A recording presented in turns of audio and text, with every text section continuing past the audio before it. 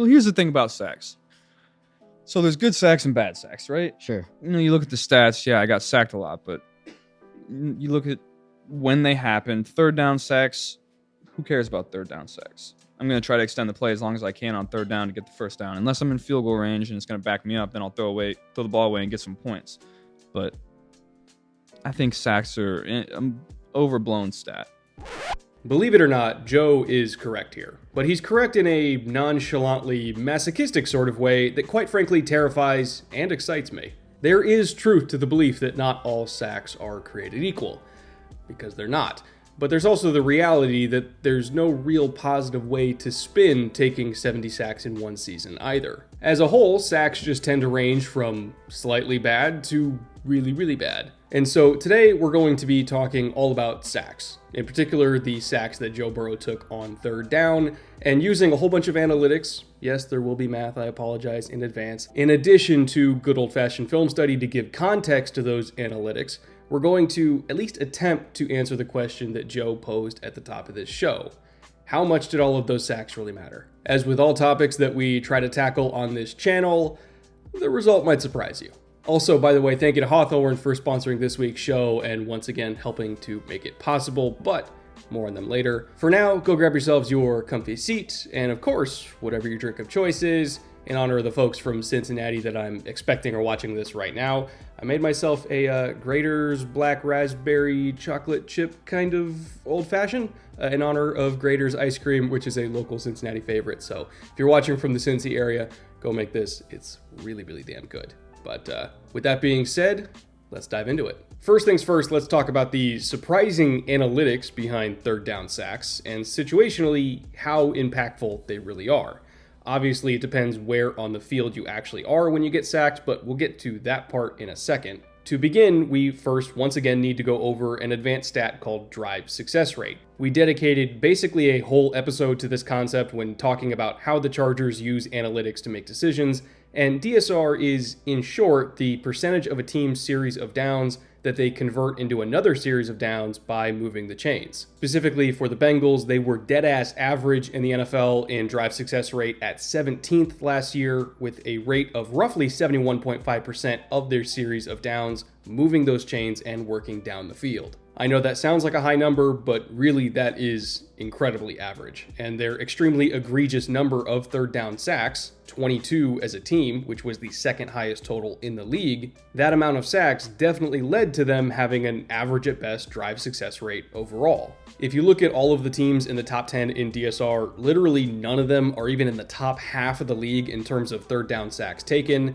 The closest is Dallas at 17. So protecting the quarterback on third down is a massive factor when it comes to having a lower overall DSR.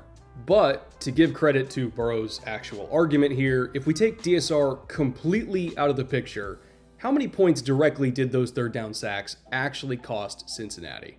Well, after charting all of them myself, out of the 21 sacks that Burrow endured on third down, 15 of them actually happened in the Bengals' own territory. So theoretically, even if Burrow didn't get sacked on those plays and he just ran around and got rid of the ball by throwing it away under pressure instead, Cincy was still going to end up punting anyways. So that's technically not really lost points if you're not going to be moving the chains no matter what on that play. On top of that, among all of the other third down sacks, which did happen in opponent territory, there were only 6 of those, only 2 of those opponent territory sacks actually knocked Cincinnati out of field goal range so that they had to punt instead of getting points, which obviously directly did show up on the scoreboard. Maybe I'm oversimplifying things a bit, but 2 sacks total out of 51 on the regular season isn't really that big of a deal over the course of 17 entire games. So in my opinion, if we're going to be totally honest about it, Burrow kinda does have a point there. Now, we can also talk about net EPA on third downs, which is expected points added on their third down conversions, in addition to expected points lost on average on those third down sacks. And believe me, there are a lot of numbers when you go down that rabbit hole. Like, for instance, the average expected points lost on a third down sack was not even as much as the average expected points lost on a second down sack when you look at all of the averages across the entire league in the 2021 season. I was just as surprised to learn that as you probably were when I asked my buddies over at PFF to look that up for me, but Yep, it is 100% true. A second down sack statistically is worse for an offense than a third down sack. But you might also be interested to know that Cincinnati actually took fewer of those drive-killing second down sacks at 14 than they did on both first down, where they had 18 sacks, and third down, where of course they had 22. We can also talk about the fact that because Cincinnati's yards per attempt on third down was so astronomically high at 10.2, their average third down conversion was actually worth a lot more expected points added than their expected points loss on average for third down sacks. And so again, despite the fact that they had the second most third down sacks in the entire league, their net EPA on third down over the course of the season was weirdly positive. All of their explosive gains more than made up for those lost yardage on sacks, and so they still had the 11th highest third down conversion rate through the air, the highest completion percentage, and the third most yards on third downs, while also being one of the king of third down sacks. None of those metrics should be able to coexist with each other, but they actually did in Cincinnati last year. All of those are very valid numbers when you look at DSR, EPA, traditional stats, what have you, and they all have value. But without getting into the weeds too much on the analytics side of things, because I'm not typically a math guy, I'm more of a film guy, just for the sake of keeping it simple, I want to reiterate that there is some numbers-based truth to back up the feeling that Burrow expressed, that his sacks really didn't cost them very much in terms of direct points. There is also some value to his general mindset that him being aggressive and risk-oriented on third downs is actually worth the potential payoff of him moving the chains by holding onto the ball and maybe turning a pressure into an explosive play. However, in the true spirit of this show, we need to find a way to bridge the gut feeling that Joe Burrow has with all of those hard numbers that I just read off, and then kind of wrap them in a blanket of what we actually do well here, which is film study, in order to at least try to give everything context and finally answer that question. How much do these sacks really matter? And so we will look at that film and we'll chart exactly what happened and how often it happened, and hopefully that will give us some clarity. But before I do that, I do want to thank our sponsor this week for helping to make all of this possible once again, Hawthorne. Hawthorne is a premium tailored men's grooming brand that is all about matching men to their ideal products for their own body chemistry and lifestyle. All you have to do is take the quiz online at Hawthorne's website, where they're going to ask you a bunch of questions about your type of hair, your type of skin, and of course any preferences you have on fragrance and what your favorite drink is, and they'll come up with a personalized list of products that fit your needs. And from there, you can pick whichever products you want and which ones you don't. You can get basically anything you'll ever need, from face cleanser to lotions that don't leave your skin feeling oily and shiny like a lot of others do. They also have great body washes, deodorants, and even colognes if you happen to be a fragrance guy like myself. They really do have a little bit of everything created specifically for men. And Hawthorne takes all of the risk out of it too, because you get free shipping on your order and on any returns. And if you don't like your products, they'll even retailer them for you based on your feedback, also free at cost. If you guys take the quiz below and you see something in their catalog that you want to try out, you can use my promo code FILMROOM10, and that will get you 10% off your first order. Again, that is promo code FILMROOM10 for a discount on anything at HAWTHORNE.co. Again, on that first order. They really are great products. I've used them for a very long time, so I can vouch for how much I like them, and I really do think that they're worth trying out. So again, thank you to Hawthorne for sponsoring this week's show, and with that, let's get back to it. All right, let's look at the film and give some context here on all 21 of these third down sacks, because context, of course, is king. Now, you might expect that out of those 21 sacks, most of them are due to Burrow's offensive line just outright collapsing immediately, but you would be wrong on that. Based on my charting, only 5 of those 21 sacks, about a quarter of them, were from busts in pass protection where Burrow just had no chance to even set his feet. Meanwhile, 11 of those 21 sacks, about 52% of them, were from just straight up good defense in my opinion, either with good scheming, with disguised coverages, or disguised blitzes, or just outright suffocating coverage on the back end so that Burrow had nowhere to throw and he had to eat the sack. You might call that unfortunate play calling or bad preparation, but to me that's more just good defense. So tomato, tomato, I guess. A further 3 sacks were caused not solely by poor protection, and not by great scheming from the defense either per se, but rather by Burrow second-guessing himself and not pulling the trigger quick enough when his first read was open, so I put those more on him processing things too slowly over any other reason. And then finally, the number that you've all come here for, the amount of sacks that Burrow took just solely by holding the ball too long and running around and trying to find somebody open to make a play. Oddly enough, that only happened twice. Burrow might feel like the majority of his third down sacks did not actually cost the Bengals any points, and he's technically sort of right about that just based on field position like I mentioned before, but where he's wrong is that most of his third down sacks were not just from him holding the ball and trying to make a play. If anything, statistically, the main reason why Cincinnati took so many third down sacks and tanked their drive success rate was because of the way that they like to call their pass protections in obvious passing situations. It's no secret that the Bengals really like different versions of five-man protection schemes, both with chip help with their running backs and tight ends and without that chip help, and they do that for two main reasons. Number one, they did not trust any of their running backs one-on-one in pass protection, so they were very hesitant to call traditional six-man protections like jet, because they knew that Joe Mixon would probably get beat if they did. And then number two, from the perspective of field spacing, Burrow prefers to have as many eligible receivers out running routes as possible in order to stretch out the defense and create more windows to throw. He would rather risk facing more pressure in exchange for potentially having more space. And so for those two reasons alone, they stuck to mostly five-man pass protections in third down situations. But what I find frustrating about how they use those five-man protections is that they were very,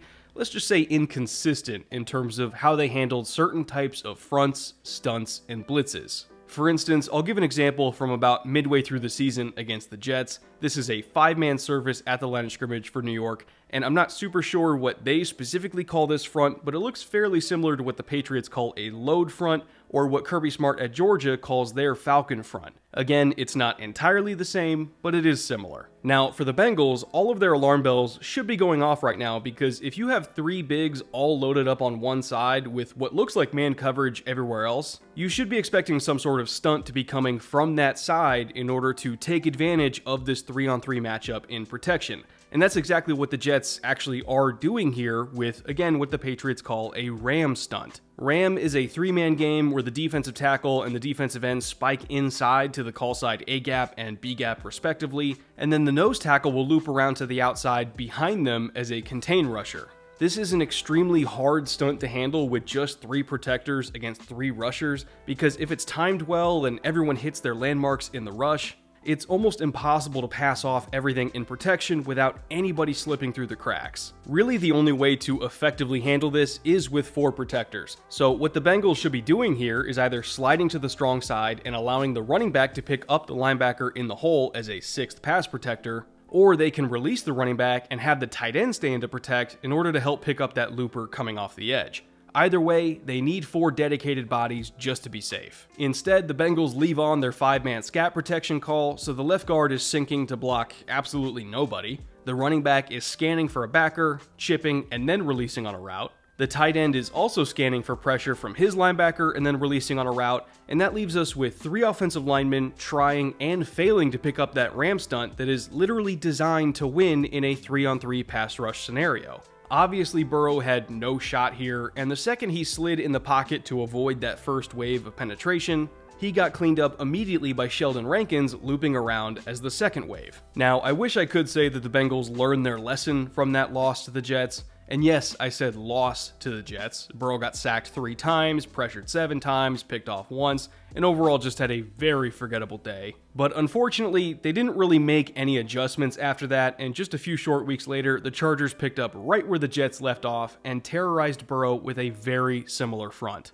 This is a 3rd and 10 situation in the fourth quarter of that Chargers game. The Bengals are already down by 2 possessions and trying to make a comeback, and Elliott is threatening pressure from 7 total bodies in the box. The coverage on the back end is a little ambiguous. It could be a quarters look here or some kind of too high shell coverage. But to me, the press alignment here on the single receiver side, as well as the press alignment on the point man in the bunch, kinda gives away that this is a man-match cover 1 look. The only question left for Burrow at the line of scrimmage is if this is a cover 1 rat call, which means there's a fiddle technique on the running back and they kind of play it 2-on-1 in coverage, or if it's a cover one pressure call with one of these linebackers blitzing. To me, just the fact that there is the threat or even the possibility of the Chargers bringing another one of those three-man games like the Jets did, or even the possibility of 4 rushers to the strong side with an able call, meaning a blitz to the A-gap from the linebacker, just the threat of either of those to me means that the Bengals need to respect it and respond accordingly. I don't know if Burrow calls his own protections or if the center does it for him, but whoever was doing it last year in Cincinnati, especially on third downs, was not very good at it.